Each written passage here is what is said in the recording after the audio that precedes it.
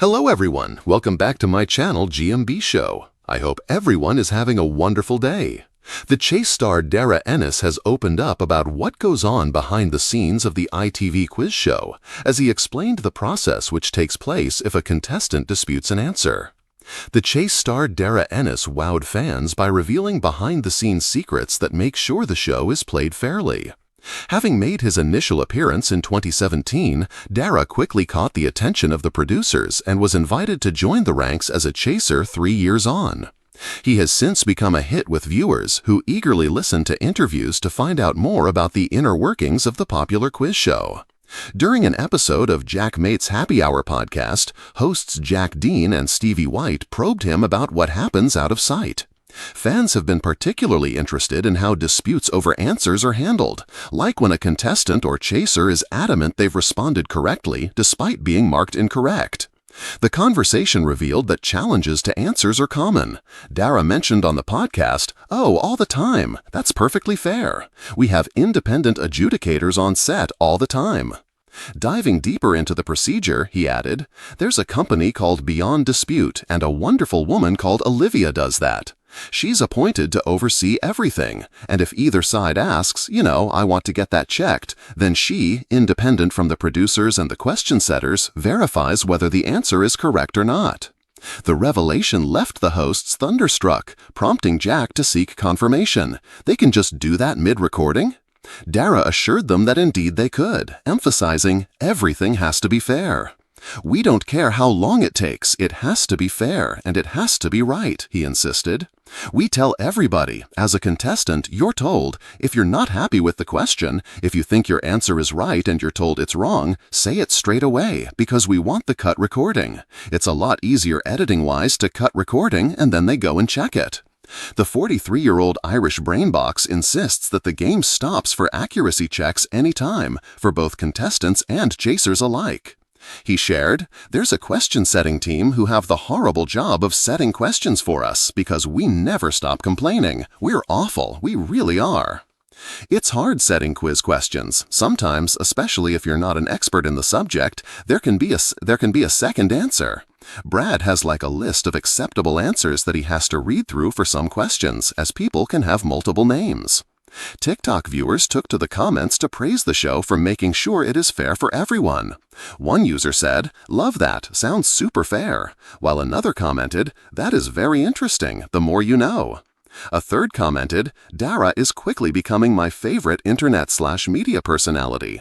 Someone else penned, "I faced Darragh on The Chase. Lovely bloke. He's right. The show gets stopped all the time to double-check answers." It was a routine filming day at The Chase, or so Darragh Ennis thought. Fresh off a well-earned break and sipping his habitual strong espresso, he adjusted his signature glasses and took his seat as the menace. The lights dimmed, Bradley Walsh cracked a few jokes, and 4 new contestants stepped up, hopeful to take home thousands. But by the time the second contestant, Olivia, a fiery history teacher from Leeds, Darragh sensed trouble brewing. The cash builder went smoothly until the final question. Which British monarch had the shortest reign? Olivia buzzed confidently, "Lady Jane Grey." Bradley nodded, "Correct."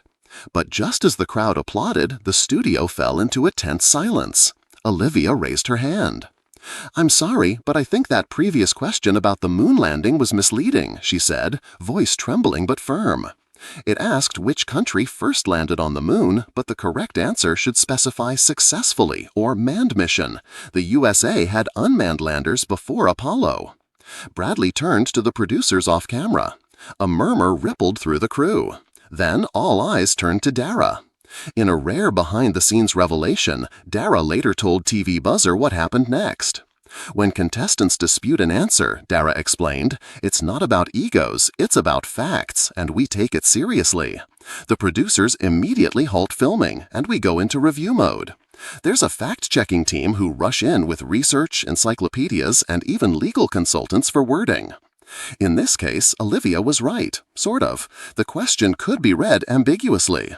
After 20 intense minutes of debate, the team agreed to discard the moon question and replace it with a new one. But that wasn't the end of it. "Sometimes contestants think they're right when they're not," Darragh chuckled. "I had a guy once insist that Shakespeare wrote Oliver Twist. we fact-checked that too, just to be polite. Back in the studio, Olivia continued her chase, but Darragh, more focused than ever, caught her just one step from safety. Still, she earned the audience's admiration.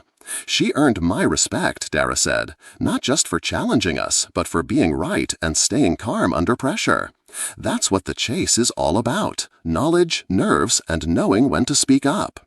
Later, when asked if disputes were frequent, Darragh smiled. "Not often, but when they happen, the whole show pauses. We go full academic conference mode. You'd be amazed at how fast we become a pack of nerdy lawyers." As for Olivia, "She didn't win the money," he said, "but she got a standing ovation, and we sent her a signed trivia book." Because sometimes on The Chase, winning isn't just about the money. It's about being the kind of player who keeps even the chasers on their toes.